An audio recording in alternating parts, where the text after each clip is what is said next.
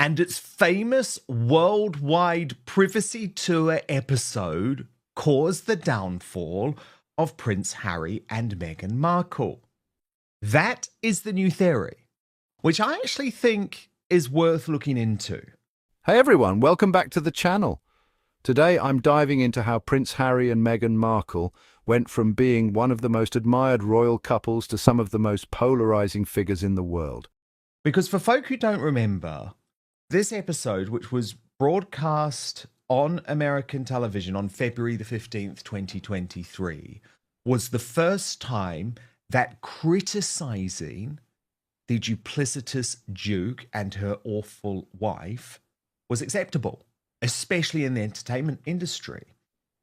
Now, we know that the episode came at a really important moment for Harry and Meghan. He had just finished his press tour for Spare, and the Netflix series had aired. And of course, while there was a jokey nature to the episode, it almost immediately started to impact Prince Harry and Meghan Markle's popularity. So just a few days after the show aired, Newsweek, which at the time was slavishly devoted to positive coverage of Meghan and Harry, showed that the prince's popularity in America had dropped by 3%, Meghan's popularity was down by 4%, and it never recovered. Royal YouTube sensation P.Dina with me now. P.Dina, the South Park episode that potentially brought down Harry and Meghan. I don't think this is a theory that can be dismissed. How did they lose public trust? Was it the Oprah interview, the Netflix docuseries, the constant battles with the media, or something deeper? Stick around because I'm unpacking it all. And before I get started, if you love thought-provoking content like this, make sure to subscribe and turn on notifications so you never miss a video. All right, let's get into it. Let's rewind to 2018. Harry and Meghan's royal wedding was a global sensation. Absolutely. This is such a huge show that, and people know when they watch it, it's going to have that underlining truth behind all the things that are funny and being made fun of. So people start to then really question, oh, okay, they're making funny things, that's funny.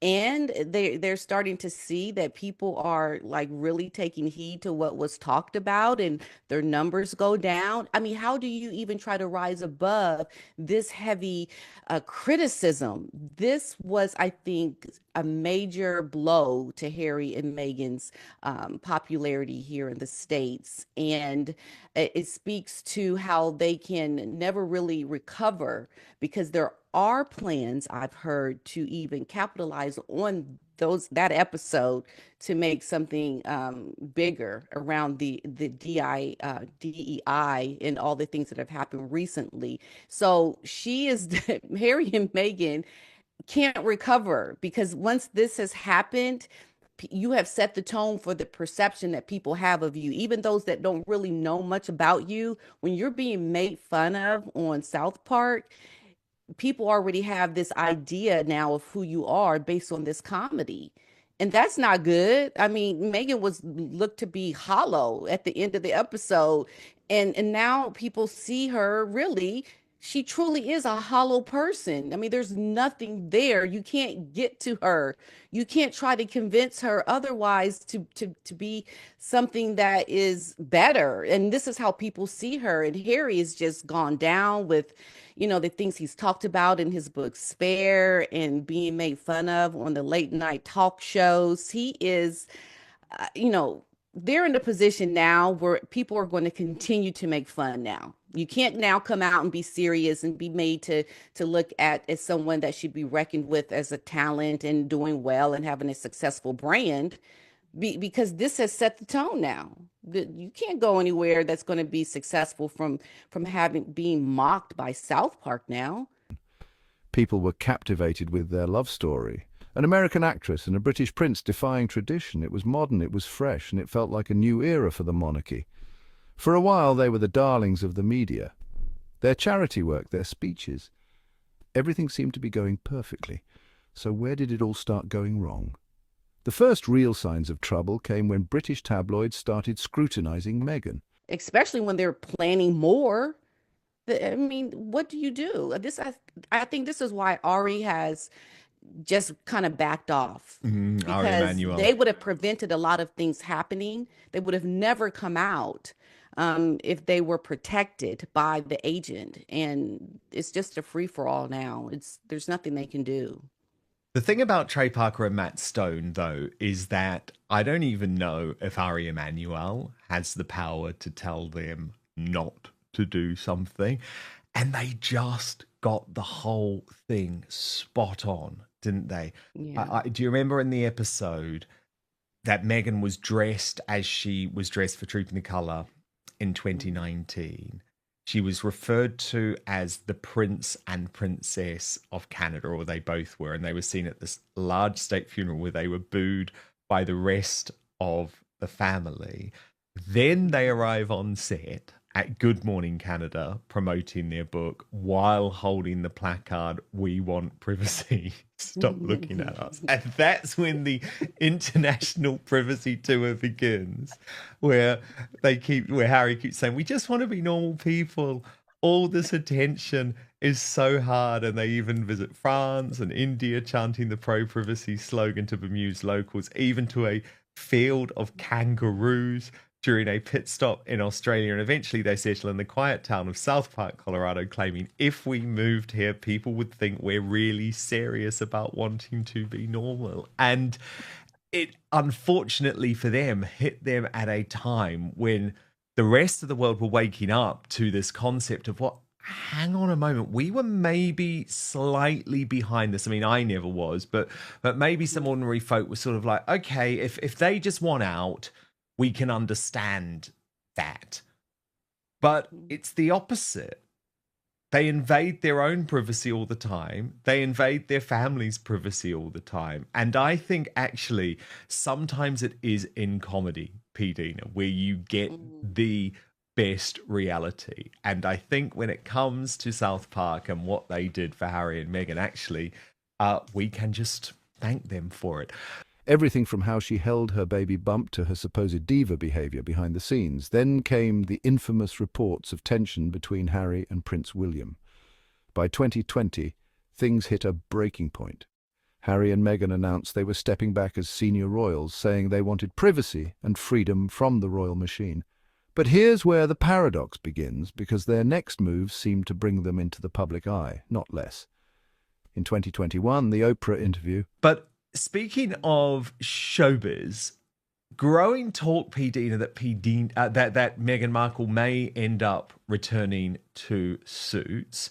They have launched this new version of Suits called Suits LA, and the creator, Mr. Korsh, who, let's face it, has not really launched the show particularly well, its ratings are down, has now issued a plea to Meghan Markle, saying if she would want to come back over, it would be great. But I know Meghan is living her own life and she has so much going on, and I wish her the best. And if she ever wants to come back, we'll have her back.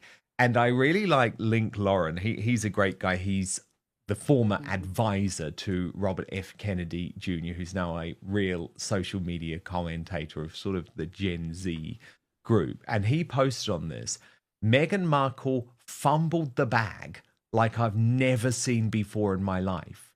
She went from Suits to being literal royalty just to potentially end up right back where she started. She really is a bird brain. Isn't that just amazing how she has been so successful at failing and doing everything wrong? I mean, part of the problem, I think, also is to when you were looking at the South Park, she can't make fun of herself. She can't seem to find humor because she's so uptight about success. I've got to do this. I've got to do it. And then she just gets mocked. And, I think if anything, going back on Suits would be what she needs to do. But we look at her as someone that doesn't want to seem to recognize her past successes. I mean, this was a success for her, I think, being on Suits. And she just can't seem to bring herself to going back because I think she looks at it as a step down.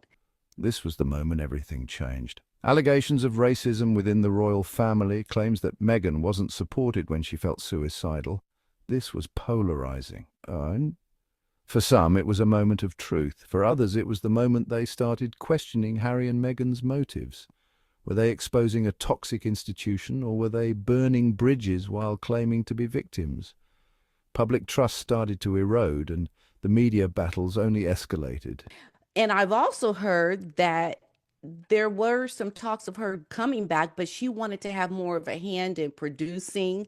She wanted to be higher up on the call sheet. She wanted to be a producer. She wanted to have so much more control, and they weren't willing to do that. And I think that could be true because it makes sense to what she would do.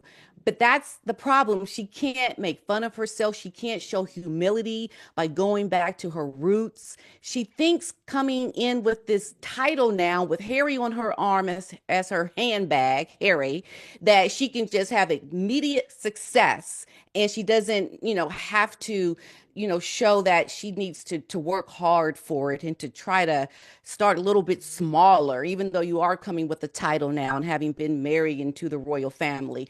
That is her problem. She can't wake up to who she really is. She can't wake up to just being authentic.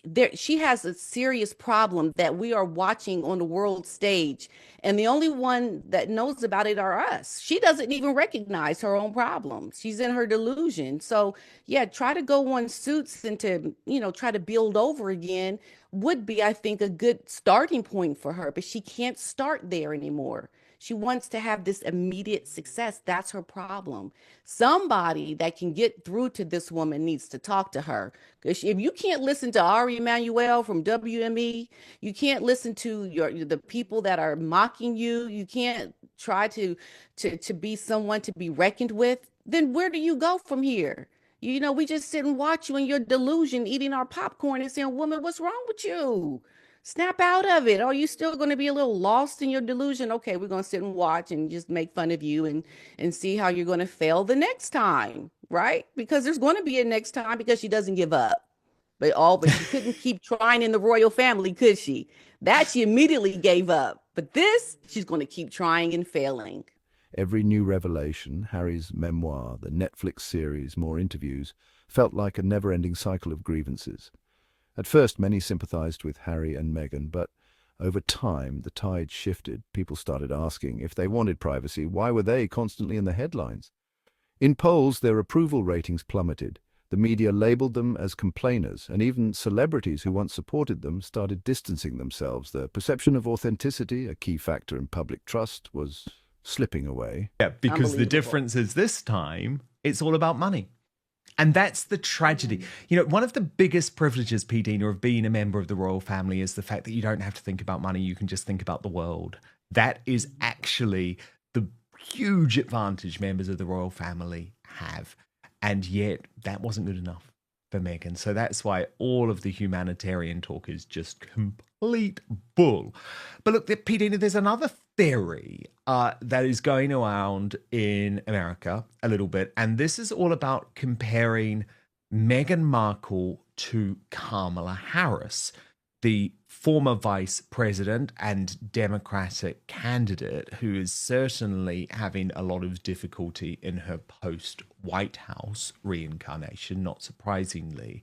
And I wanted to show you a discussion that took place on Meghan McCain's new two-way show with Perez Hilton and Catherine Merriam, because it's an interesting theory and I wonder if you agree. Watch this. Meghan Markle gives me the same exact vibes as Kamala Harris. It is the same problem. I don't know what she's saying. Like 99.9% of the time, she's trying to put words together, and I don't know what she's saying. Yeah. And so that inauthenticity is real with those two. And I just don't know what's going on, female to female. Yeah. Any comments? Mm-hmm. Yeah, I think there is a lack of authenticity. There's an attempt to be too polished. There is this sort of faux surprise that everyone oh, Netflix gave me money. Oh, I got the nomination. Right. You aren't surprised by that. Yeah. I think there's a lot of that going on. And I also think there's just when you're in politics, when it comes to Kamala Harris, and like Mitt Romney, who I very much like and respect, is similar, where it's like you either have it or you don't on a national level, and certain people do, and certain people do not, and you cannot force it. Like, you either have it or you don't, and there's an X factor.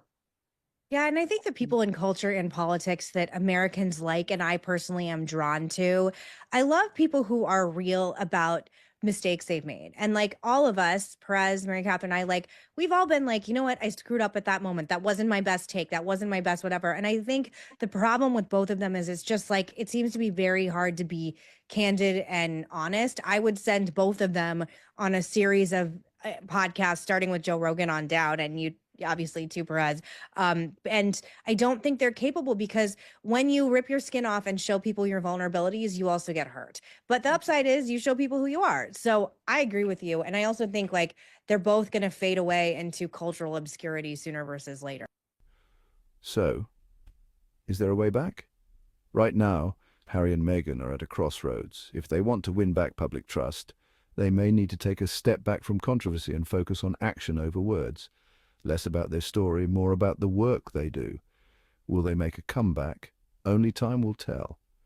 But one thing's for sure, this is one of the most fascinating public image reversals in modern history. What do you think? Can Harry and Meghan regain the public's trust? Let's discuss in the comments. And if you enjoyed this video, hit the like button and subscribe so you never miss an update. Thanks for watching, and I'll see you in the next one.